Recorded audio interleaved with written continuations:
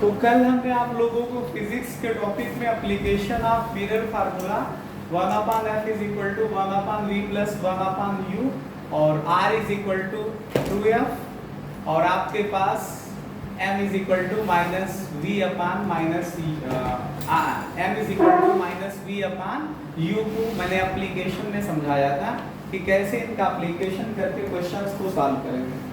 उसी सीरीज में हम कुछ क्वेश्चंस आपके लिए और लेके आए हैं। आज आप लोग मेरे साथ पहले क्वेश्चन नोट करेंगे फिर समझेंगे। एक क्वेश्चन है, an object is 100 mm in front of concave mirror. लिखिए, एन ऑब्जेक्ट इज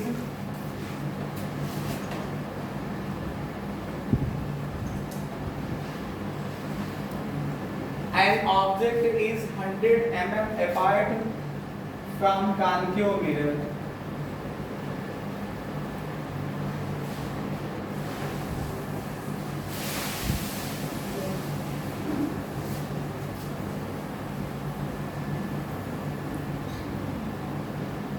एक हमारे पास वस्तु है, कॉन्केव मिरर का मतलब अवतल दर्पण से 100 mm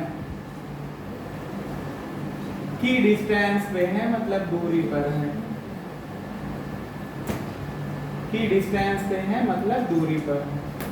एक वस्तु है, वो क्या है, कॉन्केव मिरर से 100 mm की दूरी पर है।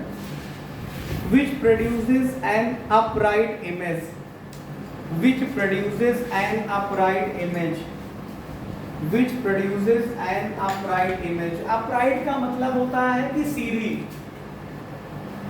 जो वस्तु का सीधा प्रतिबिंब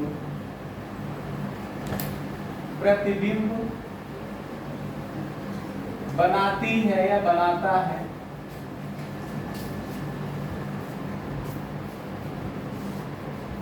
The radius of curvature of the mirror is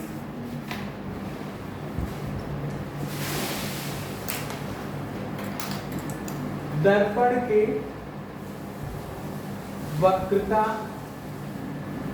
त्रिज्या, दर्पण की वक्रता त्रिज्या होगी। पहला ऑप्शन इसमें लिखा है less than 100 mm, less than 100 mm। पहला लिखा है लेस देन 100 mm, 100 mm से कम। दूसरा लिखा है इक्वल टू 100 mm, दूसरा लिखा है इक्वल टू 100 mm,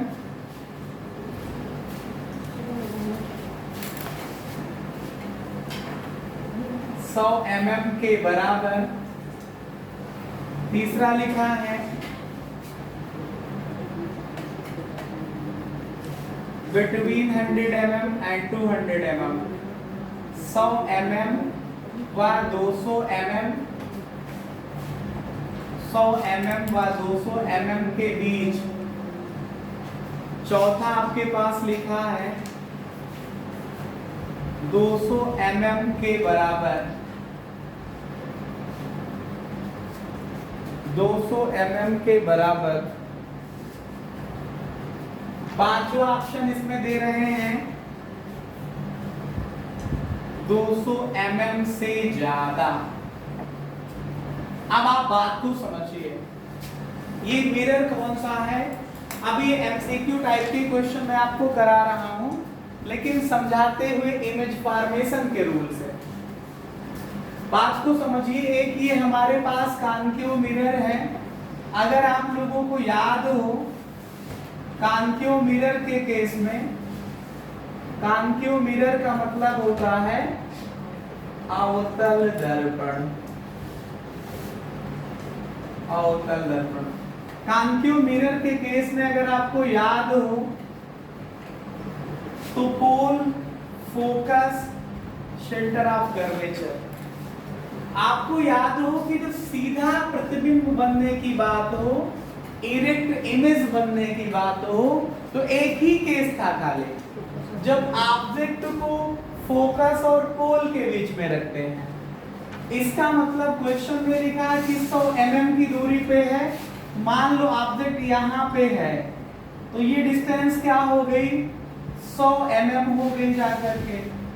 कितना हो गई, इसकी इमेज इस तरह बड़ी बन जाएगी, सीधा एक ही केस होता है खाली। तो इसका मतलब फोकल लेंथ जो होगी 100 से ज्यादा होगी। फोकल लेंथ का डबल होता है रेडियस ऑफ कर्वेचर या वक्रता त्रिज्या, तो वो 200 से ज्यादा होगी। अगर फोकल लेंथ 100 mm से ज्यादा है, मान लो 120 mm है, तो रेडियस ऑफ कर्वेचर 240 mm होगा कि नहीं होगा, मतलब 200 mm से ज्यादा होगा कि नहीं होगा। तो इसका एक ही आंसर हो जाएगा कि जो रेडियस ऑफ कर्वेचर होगा वो 200 mm से ज्यादा होगा। मतलब क्या होगा, 200 mm से ज्यादा होगा। क्या होगा, 200 mm से ज्यादा होगा। एक इसी तरह का अगला प्रश्न आपको लिखना है। Find the size, nature and position of image। इस क्वेश्चन का आंसर हो गया आपके पास।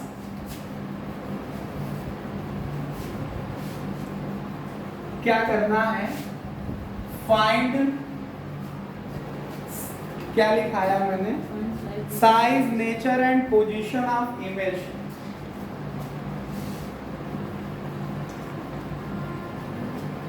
Find nature, position, size of image formed by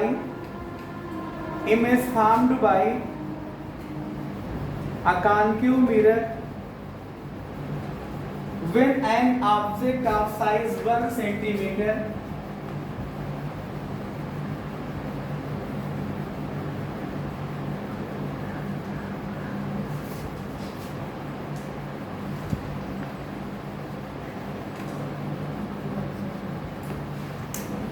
जब कोई ऑब्जेक्ट है वो कॉन्केव मिरर के सामने रखा हुआ है, और कहां पे रखा हुआ है, at a distance of 15 centimeter from the mirror, at the distance of 15 centimeter from the mirror।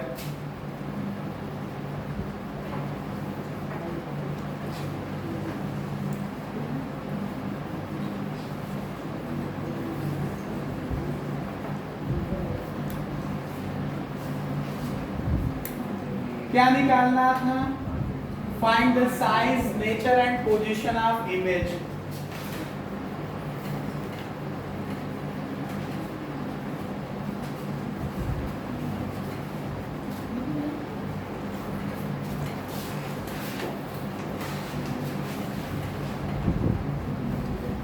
प्रतिबिंब की स्थिति निकालना है, प्रकृति निकालना है, और लंबाई लिख सकते हो, ज्ञात कीजिए, मतलब निकालना है। लेकिन एक शर्त और दी है, जब मिरर की focal length of mirror is 10 centimetre, when focal length of mirror is 10 centimetre,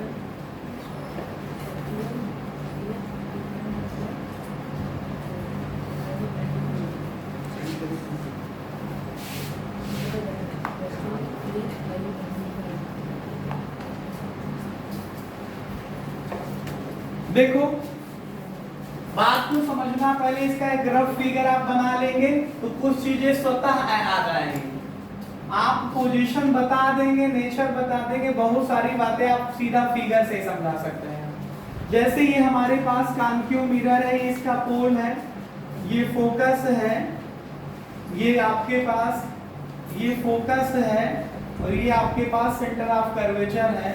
focal length 10 centimetre की है, ऑब्जेक्ट रखा है 15 सेंटीमीटर की डिस्टेंस पे।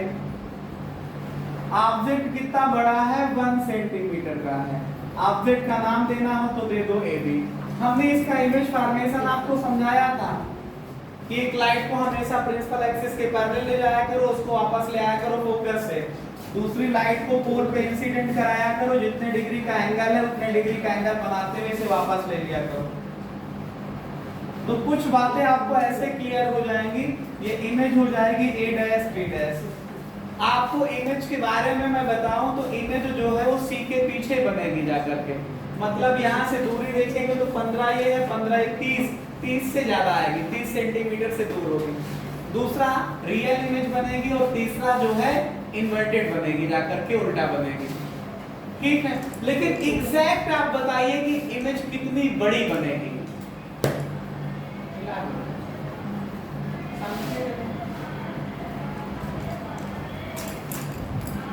ये कितना आएगा? ये आपके पास 30 सेंटीमीटर से ज्यादा होगा जाकर के। हम निकाल करके दिखाते हैं मिरर फार्मूले से। देखिए अकॉर्डिंग टू क्वेश्चन के अकॉर्डिंग आप देखोगे तो U और F दिया हुआ है। मैंने आपको बताया था कि U का मतलब होता है distance between mirror and object, distance between mirror and object, distance between mirror and object. एक बात यहाँ पे समझिए, तुम लोगों की चिल्लाहट की वजह से बहुत कुछ गलत हो जाता है, इसी वजह से मैं कह रहा हूँ शांत रहो, कंसंट्रेट होके सुना करो मेरी बात को। ये फोकल लेंथ आपके पास 10 सेंटीमीटर है, ये सेंटर ऑफ कर्वेचर यहाँ से 20 सेंटीमीटर पे होगा, तो ये जो इमेज बनी है वो 20 सेंटीमीटर से दूर दिखाई पड़ेगी। थोड़ी देर पहले मुझे लगता है मैंने 30 सेंटीमीटर बोल दिया है, वो 30 नहीं होगा, ये 20 सेंटीमीटर से दूर बनेगी जाकर के। कैसे? ये फोकस 10 सेंटीमीटर है तो ये 10 और हो जाएगा सेंटर ऑफ कर्वेचर तक, तो यहाँ से यहाँ कुल मिला के 20 हुआ और इमेज 20 के पीछे बन रही, मतलब 20 से ज्यादा, 22, 24, 26 अभी कैलकुलेट करने के बाद पता चलेगा कितना होगा। फिर इमेज जो बनेगी वो C के पीछे होगी और उल्टा बनेगी जाकर। तीसरी बात ये जब उल्टा बनेगी और रियल भी बनेगी जाकर, तो दूर कितनी होगी एग्जैक्ट कंडीशन निकालने के लिए पहले U लिखिए। आप बताइए, हमने आपको DPAM नाम का एक रूल समझाया था। हमने कहा था जब भी आपको ये निकालना हो कि U पॉजिटिव होगा कि नेगेटिव होगा, तो देखिए ऑब्जेक्ट्स की तरफ से इंसिडेंट लाइट को लाया करिए। आप दूरी नापिए पोल से ऑब्जेक्ट तक, उल्टा जा रहे हो, लाइट ऐसे आ रही है और आप ऐसे जा रहे हो। DPAM का फुल फॉर्म है कि डायरेक्शन में होगा तो पॉजिटिव होगा, उल्टा डायरेक्शन या एंटी डायरेक्शन होगा तो नेगेटिव होगा। उसके हिसाब से U की वैल्यू है तो 15 सेंटीमीटर, लेकिन ये माइनस का 15 होगा। फोकल लेंथ F की वैल्यू 10 सेंटीमीटर है, लेकिन 10 क्या होगा, आप P से लेकर के फोकस तक जाइए तो माइनस हो रहा, एंटी डायरेक्शन हो रहा। आपको U पता चल गया, F पता चल गया, V कैलकुलेट करना है बाय मिरर फार्मूला। मिरर फार्मूले से देखो तो 1/f की वैल्यू 1/v प्लस 1/u होती है। 1/f की वैल्यू माइनस का 10, 1/v प्लस 1/u की वैल्यू माइनस का 15। आप मान के चलिए कि इस लेसन के जो न्यूमेरिकल हैं उन सभी बच्चों को आ सकते हैं जिनको थोड़ा बहुत जोड़ घटाना आता होगा। देखिए फ्रैक्शन है, फ्रैक्शन को जोड़ना घटाना कक्षा 4-5 में बच्चों को सिखाया जाता है। आप लोग तो 9th या 10th स्टैंडर्ड के होंगे जो पढ़ रहे होंगे मेरे साथ। तो माइनस का 1/10 आएगा, ये प्लस माइनस माइनस ट्रांसफर करिए इस तरफ तो प्लस आ जाएगा और ये 1/v आ जाएगा। ये 10 और 15 का एलसीएम ले लीजिए 30 आएगा। इससे इसको डिवाइड करिए 3 बार जाएगा, ऊपर गुणा करिए तो माइनस का 3, इससे इसको डिवाइड करिए 2 बार जाएगा, ऊपर गुणा करिए तो प्लस का 2 हो जाएगा। -3 प्लस का 2 मिलके -1/30 बराबर 1/v। इसका आप करिए रेसिप्रोकल तो -30/1 मतलब -30 हो जाएगा और यहाँ v हो जाएगा। तो v की वैल्यू मैंने कहा था कि 20 से ज्यादा होगी, आ भी गई, देखिए 30 सेंटीमीटर है। अगर आपको इमेज की साइज निकालना है, इमेज की साइज निकालना है तो देखिए हमने आपको m बराबर बताया था h' माइनस का v/u। h' होता है साइज ऑफ इमेज और h होता है साइज ऑफ ऑब्जेक्ट। तो h' नहीं पता है, h की वैल्यू प्लस का 1 सेंटीमीटर, ऑब्जेक्ट की साइज पता है, -v माइनस का 30 है और u की वैल्यू माइनस का 15 है। u की वैल्यू क्या है, माइनस का 15 है।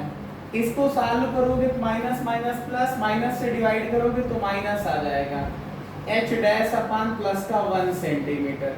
यहाँ से h डैश निकालिए, मल्टीप्लिकेशन में ले जाइए तो माइनस का 2 सेंटीमीटर आ जाएगा। ये माइनस ये रिप्रेजेंट कर रहा है कि इमेज उल्टा बनेगी जाकर के। ये देख रहे हैं, इमेज सीधा नहीं है, उल्टा है, नेगेटिव आ रहा है। समझ पा रहे हैं? तो मैंने हम आपको बता दिया कि ऑब्जेक्ट की साइज के हिसाब से इमेज की लंबाई क्या होगी, प्रतिबिंब की लंबाई 2 सेंटीमीटर होगी, माइनस का मतलब उल्टा होगी, और कहाँ पे होगी, दर्पण या मिरर से 30 सेंटीमीटर की दूर सामने की तरफ होगी जाकर के। ठीक है, इस तरह से करते हुए आपका ये क्वेश्चन सॉल्व होता है। ऐसे ही क्वेश्चन मैं आपको कल भी कराऊंगा। ठीक है, आज के लिए इतना ही।